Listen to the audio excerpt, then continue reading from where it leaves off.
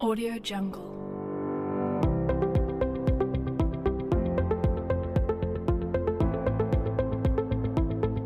Assalamualaikum warahmatullahi wabarakatuh. Perkenalkan, nama saya Dia Ayu Puspitasari, NIM 1720602105. Di sini saya akan menjelaskan tentang PSAK 107 Ijaroh yang berdasarkan mind mapping yang telah saya buat. Ijaroh sendiri artinya yaitu upah atau kompensasi. Ijaroh merupakan akad untuk memberikan pengganti atau kompensasi atas penggunaan manfaat suatu barang atau jasa yang bersifat jelas dan halal. Ijaroh sendiri memiliki 3 rukun, yaitu 1. Sigah ijaroh, yaitu bisa disebut juga sebagai ijab qabul, yang dilakukan oleh kedua belah pihak, yaitu pemberi sewa dan penerima sewa. Yang kedua, pihak-pihak yang berakad, yaitu pemberi dan penerima sewa. Yang ketiga, objek akad. Objek akad ijaroh ini terbagi menjadi 2, yaitu 1. Manfaat barang dan sewa. Yang kedua, manfaat jasa dan upah. Manfaat barang dan sewa ini diberikan oleh pemberi sewa, yaitu berupa misalnya tuh seperti sewa rumah atau yang lainnya.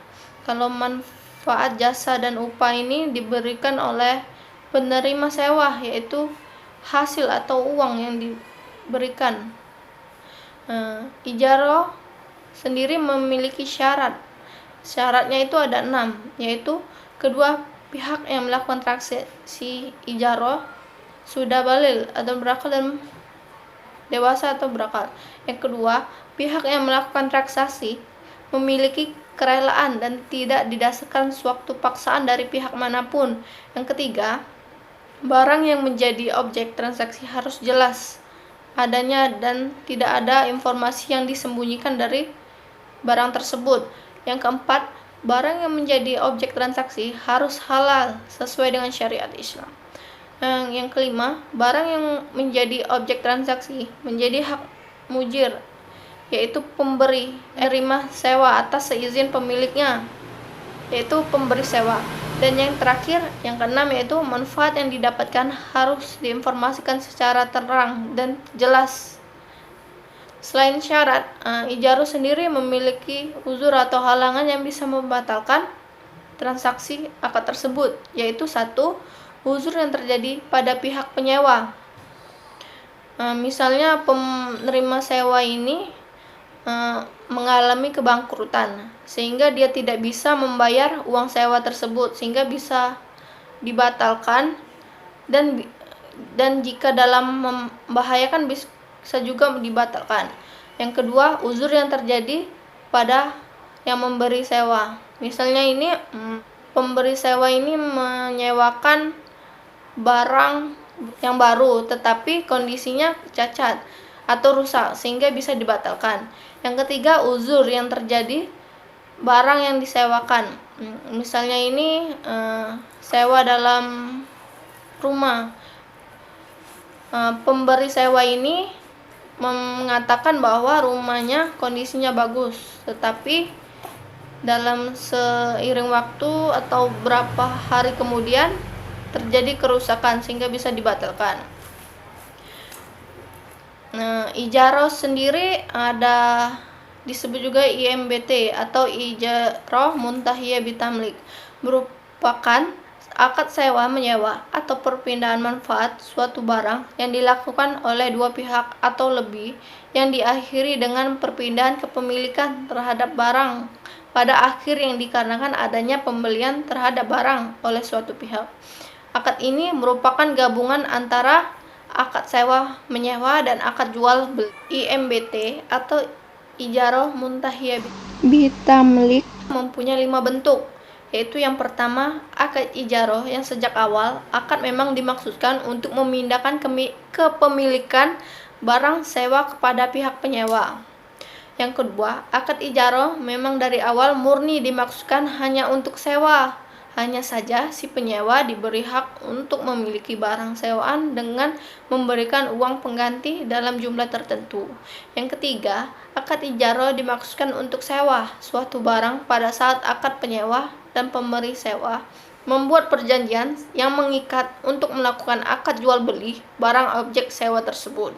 Yang keempat, akad ijaroh dimaksudkan untuk sewa suatu barang pada saat akad pihak penyewa dan pemberi sewa membuat perjanjian yang mengikat untuk melakukan hibah barang objek sewa tersebut. Dan yang terakhir, akad ijaroh dimaksudkan untuk sewa suatu barang dalam jangka waktu tertentu dengan pembayaran dalam jumlah tertentu pada saat pihak penyewa dan pemberi sewa membuat perjanjian yang mengikat untuk memberikan hak 3 opsi kepada pihak penyewa tersebut.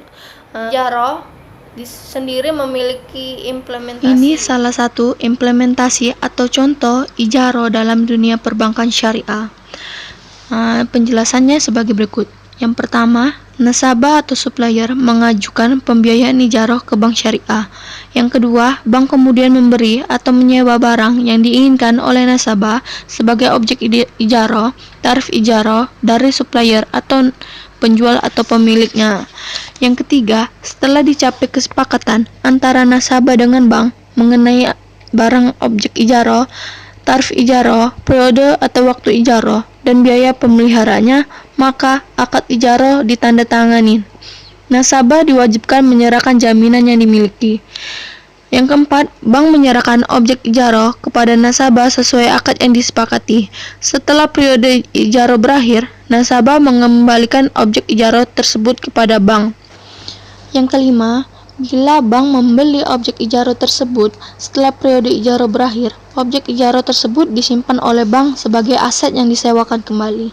Dan yang terakhir, bila bank menyewa objek ijaroh tersebut setelah periode ijaroh berakhir, objek ijaroh tersebut dikembalikan oleh bank kepada supplier atau nasabah. Sedangkan ijaroh muntahiyah bin tamlik juga memiliki implementasi. Ini salah satu pembiayaan ijaroh muntahiyah bin tamlik. Yang pertama, nasabah mengajukan pembiayaan ijaroh dan memesan objek sewa kepada bank syariah. Yang kedua, bank mencari dan membeli objek sewa yang dipesan nasabah. Yang ketiga, setelah dicapai kesepakatan antara nasabah dengan bank mengenai objek ijaroh, tarif ijaroh, periode ijaroh atau waktu ijaroh, dan biaya pemeliharanya, angsuran pembelian objek atau bila pemindahan kepemilikan melalui pembelian secara angsur, maka akad ijaroh ditandatangani. Nasabah diwajibkan menyerahkan jaminan yang dimiliki, sehingga bank itu percaya.